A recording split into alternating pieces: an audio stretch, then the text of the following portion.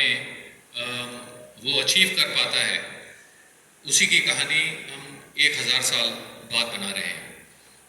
तो आप सोच सकते हैं, समझ सकते हैं कि कितना बड़ा काम किया होगा ये छोटे से बच्चे ने। और ये हमारा सौभाग्य है कि हमें ऐसी कहानियाँ बनाने का मौका मिला है और हम ऐसी कहानियाँ बनाने की आगे भी चेष्टा और प्रेरणा करेंगे।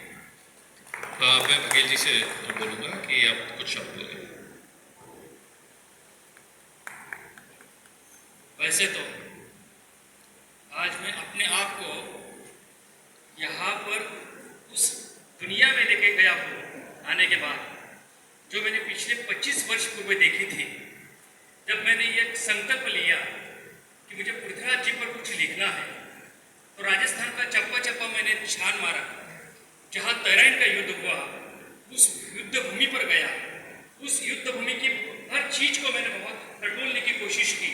इतना ही नहीं, अजमेर की उस किले की धरा सजाकर पृथ्वीराज जी के इतिहास को खंगालने का, खोदने का प्रयास किया।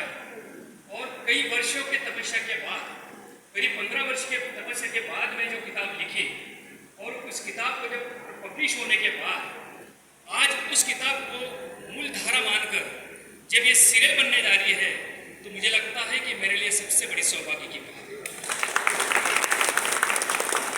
किसी कलम वाले को, किसी लेखक को, किसी इतिहासकार को उस वक्त बहुत ज़्यादा खुशी मिलती है कि उसकी साहित्य कृति पे कुछ न कुछ जब बनता है।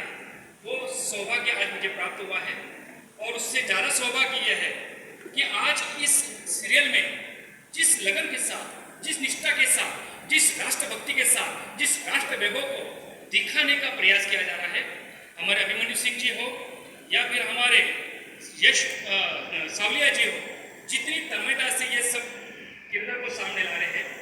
आज पूरे भारतवर्ष में एक नाम क्षत्राणी में उभर कर आ रहा है, कर्पूरा देवी जी का, कि क्षत्राणी कैसी होनी चाहिए, तो कर्पूरा जी जैसी होनी चाहिए। ये किरदार में जो जान डाली जा रही है, मुझे लगता है ये मेरे साहित्य को मिला हुआ सम्मान है।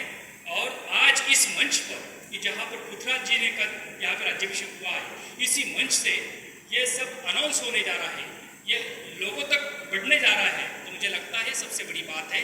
और मैं मुख्य तौर पर इस बात से भी बहुत खुश हूँ कि मेरी क्षत्रिय महासभा के सारे हमारे साथीगण यहाँ पर आए। मेरी पिछले महीने में बात हुई, जब ये सीरियल शुरू हुई 3 जून को यहाँ पर, तो मैंने एक दिन उनसे बात की। राजेंद्र सिंह जी का फोन आया और मुझे कहा कि भैया नरसिंह सीरियल तो बहुत अच्छी बन रही है और बहुत ही अलग ढंग से पब्लिश हो रही है, आज सामने आ रही है, तो मुझे बहुत खुशी हो रही है। मैंने कहा कि भाई साहब, जब जब किसी सीरियल में कुछ अलग बात होती है, त्रुटि होती है, तो हम झंडा लेके उनके खिलाफ चल जाते हैं। अब आपने ऐसा क्यों किया, वैसा क्यों किया, उनके खिलाफ आंदोलन करते हैं। लेकिन कोई अच्छा करता है तो उसको जाके सम्मानित करने का भी दायित्व हमारा है, और वो आपकी ये बात मैंने उनके सामने रखी। और रखते ही उन्होंने उस बात को बहुत ही गहनता से लिया, गंभीरता से लिया, और उसी के तौर पर उन्होंने ये सारा प्रोग्राम लिया और यहाँ पर आए। कल से सारे लोग अलग अलग जगह से सफर में आ रहे हैं। बारिश की वजह से कई दिक्कतें आए, लेकिन सबके मन में ये खुशी थी कि मुझे पृथ्वीराज जी से मिलना है, मुझे कर्पूरा जी से मिलना है, और मुझे इस पूरे चक्रव्यूह को निर्माण करने वाले और उसको भेद कर लोगों तक एक नया इतिहास पहुंचाने वाले अभिमन्यु सिंह जी से मिलना है।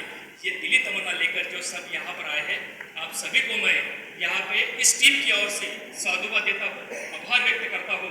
और ये सिलसिला यूं ही आगे चलता रहे, ये कारवा यूं ही आगे चलता रहे, ये उम्मीद करता हूँ और रुकता हूँ। जय हिंद, जय पृथ्वीराज।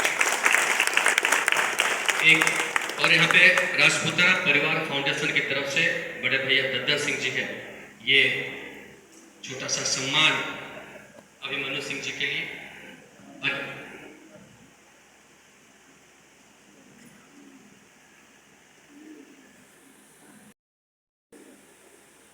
राजपूताना परिवार फाउंडेशन राजपूतों की एक संस्था, उनके अध्यक्ष बड़े भैया दद्दा सिंह चौहान जी और पृथ्वीराज चौहान के सीरियल के जो निर्माता निर्देशक हैं, इनका स्वागत करते हुए उसके साथ में ही बाल पृथ्वी का भी सम्मान और इस पूरी कहानी को अपने कलम से लिखने वाले नरसिंह जी का भी राजपूताना फाउंडेशन परिवार की तरफ से बहुत